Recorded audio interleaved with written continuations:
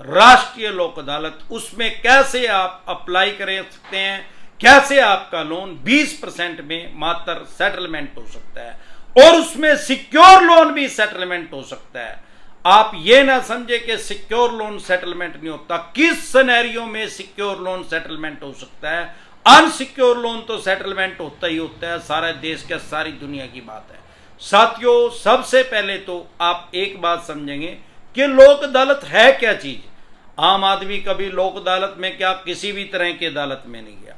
चवन्नी छाप लोगों में भय व्याप्त कर रहे हैं, साइकोलॉजिकल प्रेशर में ले रहे हैं, मनोवैज्ञानिक दबाव में ले रहे हैं कि जल्दी करके पैसे दे दो, नहीं तो लोक अदालत में जाके जेल में जाना पड़ेगा। साथियों, किसी को भी लोक अदालत में जेल नहीं होती, ना ही जज साहब किसी को लोक अदालत से किसी को जेल भेजते हैं, क्योंकि लोक अदालत जो होती है वो सेटलमेंट के लिए, समझौते के लिए। लोक अदालत का मतलब क्या? लोगों की अदालत, कॉम्प्रोमाइज की अदालत, समझौते की अदालत। बैठते तो वहां जज साहब ही हैं। अब किस तरह के केस वहां जाते हैं भाई? एक्सीडेंटल केस चले जाते हैं, या बिजली पानी सीवरेज का किसी का डिस्प्यूट है गवर्नमेंट के साथ, वो केस चले जाते हैं, या लोन से रिलेटेड केस जाते हैं। उसके अलावा कौन से केस जाते हैं? 420 का केस भी उसमें जा सकता है, क्योंकि ये भी कंपाउंडिंग है, ये भी समझौता योग्य केस है अगर दोनों पार्टियां तैयार हो। साथियों, सबसे पहले तो जो मैंने बात बताई आपको कि लोक अदालत में जाना या ना जाना वो आपकी मर्जी है, कोई मैंडेटरी नहीं है। अगर आपके पास लोक अदालत का नोटिस आया, फॉर एग्जांपल, आपने उसको नहीं लिया तो कोई फर्क नहीं पड़ेगा, भले ही आपका केस पहले ही चला हुआ है कोर्ट में, तो वो एज इट इज चलता रहेगा। लोक अदालत में से वो फाइल फिर उसी कोर्ट में चली जाएगी।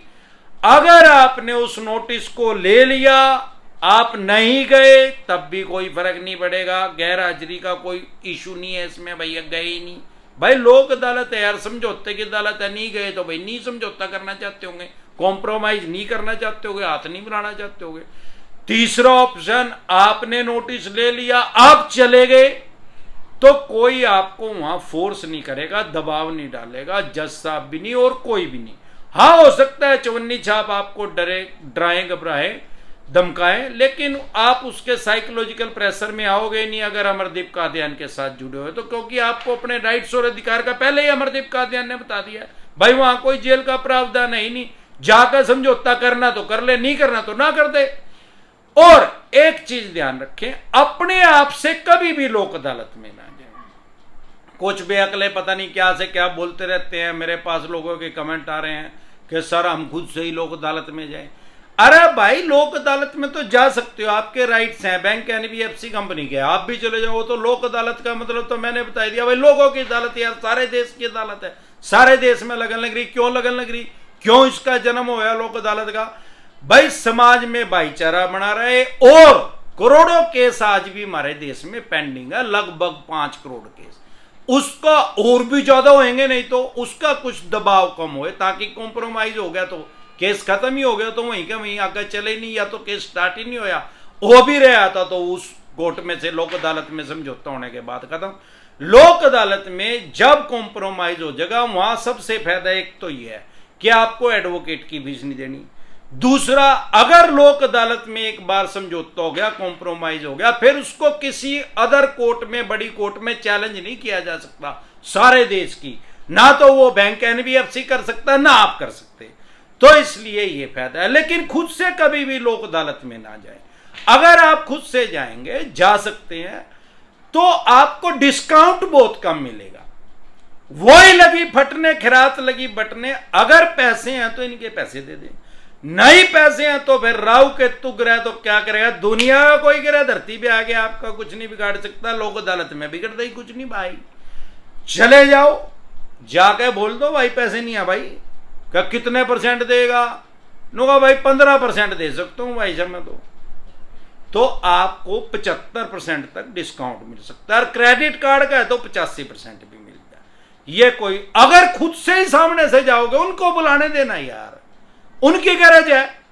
अगर अपनी गरज दिखाओगे, दुनिया का एक नियम है भाई, मैं आपको एग्जांपल से समझाता हूं भाई। जब खीरे बिकने आवे गली में, अब जो पोली हाउस के खीरे हैं वो 150 रुपए किलो भी हो जाए। अब जो वो गली में रेडी वाला बेचने आवा है, तो अगर वो कहेगा 150 रुपए किलो है, तो कोई भी लेडीज उसको जाके ये नहीं कहेगी कि 75 रुपए किलो दे दे। वो ही जब सर्दियां हो जाएंगी, खीरे का सीजन आ जाएगा या गर्मियों में आवे, वो ही रेडी वाला खीरे लेके आएगा, वो कहेगा 10 रुपए किलो है। कोई लेडीज आएगी घर से बाहर गए नहीं, उसको कहेगी 5 रुपए किलो दे दे। मतलब 10 रुपए की किलो की जो चीज है 1 kg 10 रुपए का आ रहा है, उसको तो उसने 5 रुपए का बोल दिया। क्यों? क्योंकि वो वहां लेके आया हुआ है। अगर वो ही लेडीज किसी दुकान पे जाएगी, वो 150 रुपए किलो कह रहा है, उसको 100 रुपए किलो नहीं बोलेगी वो कि 100 रुपए किलो दे दे। वो ये कह देगी भाई आधी किलो दे दे, पाइया दे दे, 35 रुपए के दे दे, लेकिन उसको ये नहीं बोलेगी। फर्क क्या हुआ? जब वो रेडी लेके हमारे बार में आ रहा है, गली में आ रहा है, तो कुछ भी रेट बोल दिया। उसकी दुकान पे वही लेडीज जा रही है, फिर उसकी हिम्मत ही नहीं है, बोलेगी नहीं हो। तो यही मतलब है, अगर आप खुद से ही जाके गिड़गिड़ाएंगे, तरले करेंगे, रिक्वेस्ट करेंगे, घंटा नहीं होती सेटलमेंट। 25% ही डिस्काउंट करवा कर दिखा दिया, 75% ने तो भूल जा। जब इनकी कांच लिगड़ेगी अपने आप ही सेटलमेंट करेंगे, इन पर कोई ऑप्शन ही नहीं है यार। मान्य सुप्रीम कोर्ट तक जाते आते 45 साल लगेंगे, जब ही तो केस नहीं करते, नहीं तो केस तो कह दो राइट्स है इनके पास। अब सिक्योर लोन में सेटलमेंट कैसे हो सकती है? कौन से सिक्योर लोन में हो सकती है भाई? कोई scooter, motorcycle, car, jeep, truck, बस का लोन है किसी आदमी का, भगवान ना करे किसी कारण से फाइनेंशियल डाउन हो गया, उसने इंश्योरेंस नहीं करवाया या गफलत की स्थिति में नहीं करवाया, उस टाइम उसको ध्यान ही ना रहा, और वो गाड़ी बिड़ गई, टूट गई, टोटल लॉस होगी, या उसमें आग लगी, वो फिर भी टोटल लॉस होगी। अब उस बैंक या एनबीएफसी कंपनी के पास राइट्स तो है पैसे लेने के, लेकिन ये ह्यूमन साइकोलॉजी है, जब हम किसी गाड़ी को यूज कर रहे हैं तो हमारा दिमाग कहता है यार इसके पैसे देने हैं। जब वो गाड़ी नहीं यार टूट कर खत्म ही होगी, कबाड़ी होगा, तो फिर बंदा वो पैसे देता नहीं। अब ये सिक्योर लोन है, अब उस टूटी हुई गाड़ी को उठाएंगे, आग लगी हुई को उठाएंगे, वो बिकेगी कितने की? अरे 10 लाख रुपए की गाड़ी है तो 50,000 की होगी भाई, फिर 9.5 लाख रुपए किस पे से लेंगे? अब अगर उसको उठा लेंगे तो उसको उठाते ही नहीं है। दूसरा सिनेरियो, भाई कोई गाड़ी इन्होंने आपको दे दी और उसका एक्सीडेंट होके कोई आदमी मर गया उसके नीचे, तो वो थाने में खड़ी होगी। जब थाने में तो कोर्ट की परमिशन तो छुटेगी, वह सुबरदारी पे छुटेगी, वैसे तो वो छुटेगी नहीं। तो फिर इनको पैसे कौन देगा? या इन्होंने आपसे गाड़ी ले ली, कोई scooter, motorcycle, car, jeep, truck, बस रिकवर कर ली और उसको इन्होंने बेच दिया। मान लो 10 लाख रुपए लेने थे, वो बिकी 6 लाख रुपए की, अब इन्होंने 4 लाख रुपए लेने रह गए। अब नाम तो उसका सिक्योर लोन ही है अब भी, लेकिन उसका नेचर चेंज हो गया, वो अनसिक्योर लोन में परिवर्तित हो गया। कैसे? अरे भाई जो गाड़ी थी, सिक्योरिटी थी, वो तो ले ली इन्होंने, बेच दी गाड़ी के रेट में। अब 4 लाख रुपए लेने के लिए दूसरी गाड़ी को नहीं छीन सकते, अब वो अनसिक्योर लोन की तरह होगा। इस सिनेरियो में जो सारे मैंने बताए सिक्योर लोन के, इनमें सेटलमेंट होता है। कुछ झोला छाप यूट्यूबर है, बेरी की दुकान का तो पता नहीं कहां है, नो क्या मेरे तो लोग को सर वो कह रहे हैं, अब हम नहीं देखते, हमारे पास इतना फालतू टाइम नहीं है उठाई की वीडियो देखने का यार, हमारे पास अपने ही टाइम नहीं है। अब भोली त्रेड, अधूरा ज्ञान हमेशा हानिकारक है। नीम हकीम खतरा झाड़, नुको सिक्योर लोन में सेटलमेंट होती नहीं, यो तेरे बाप ने हिंदा अमरदीप कादियान ने बता दिया सिक्योर लोन में भी सेटलमेंट होती है, इसमें भी 75% डिस्काउंट मिलता है और उसमें ही लोक अदालत में जाके मिल जाएगा। सिनेरियो ये होना चाहिए।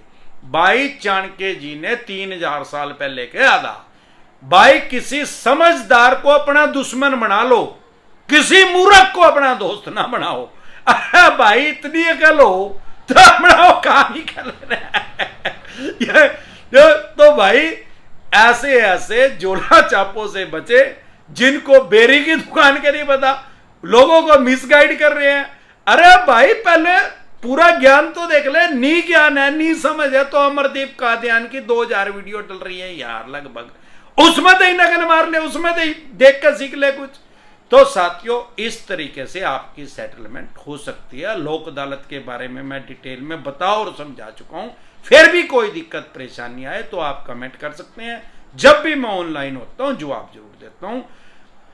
दो तरह के नोटिस को कभी भी अवॉइड ना करें, एक तो 138 का चेक बाउंस का, दूसरा सरफेसी एक्ट 2002 का। अगर चेक बाउंस के नोटिस को इग्नोर करेंगे तो आपको 14 दिन के लिए न्यायिक हिरासत में जाना पड़ सकता है, जेल में जाना पड़ सकता है। लेकिन अगर आप उसको इग्नोर नहीं करेंगे, सबसे पहले तो 99% तो चवन्नी चाह फेक नोटिस भेजते हैं, 138 का भी फेक नोटिस डिसेंट एडवाइस लिख के वीडियो देख लें।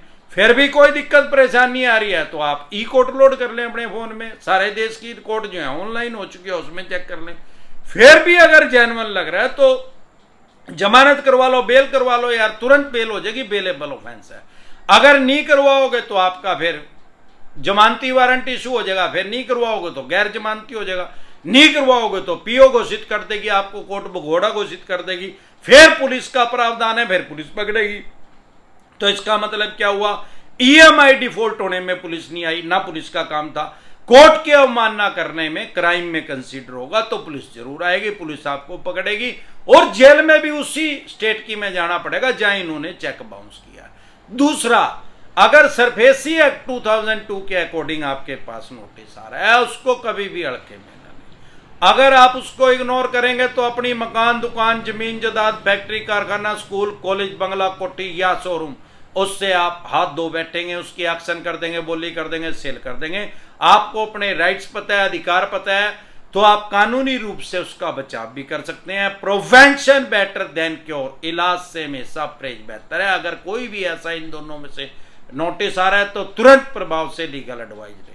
अगर आप हमारे साथ टेलीफोनिकली जुड़ना चाहते हैं या पर्सनल मीटिंग करना चाहते हैं, फिर आपका लोन 2 करोड़ का है, 5 का है, 25 का, 50 का या जितने भी करोड़ का लोन है आपका, आपके पास सरफेसी एक्ट के अकॉर्डिंग नोटिस आ रहा है 13(2) का, 13(4) का, सिंबॉलिक पोजेशन का, फिजिकल पोजेशन का, डीएम साहब का, 138 नेगोशिएबल इंस्ट्रूमेंट एक्ट 1881 का, पेमेंट एंड सेटलमेंट एक्ट 2007 का, या आपके पास रिकॉल नोटिस आ रहा है या अन्य किसी भी तरह का कोई भी नोटिस आ रहा है, लोन से रिलेटेड जो भी दिक्कत परेशानी समस्या आपको आ रही है, तो वो सभी डॉक्यूमेंट्स लेके आप मेरे से पर्सनली मीटिंग कर सकते हैं, पर्सनली एडवाइस ले सकते हैं। हमारे साथ पर्सनली मीटिंग करने का क्या प्रोसेस है, आपकी स्क्रीन पे कमेंट बॉक्स के अंदर एक नंबर आया हुआ है 9306347314। इस नंबर को सेव करके व्हाट्सएप मैसेज करें, तुरंत प्रभाव से रिप्लाई आएगा कि कैसे आप हमारे साथ टेलीफोनिकली जुड़ सकते हैं, पर्सनल मीटिंग कर सकते हैं। अगर आप मुझे फेसबुक पे देख रहे हैं तो हमारा एक चैनल है यूट्यूब पे डिसेंट एडवाइस के नाम से, जिस पे लगभग मैं 2000 वीडियो डाल चुका हूं लोन से रिलेटेड।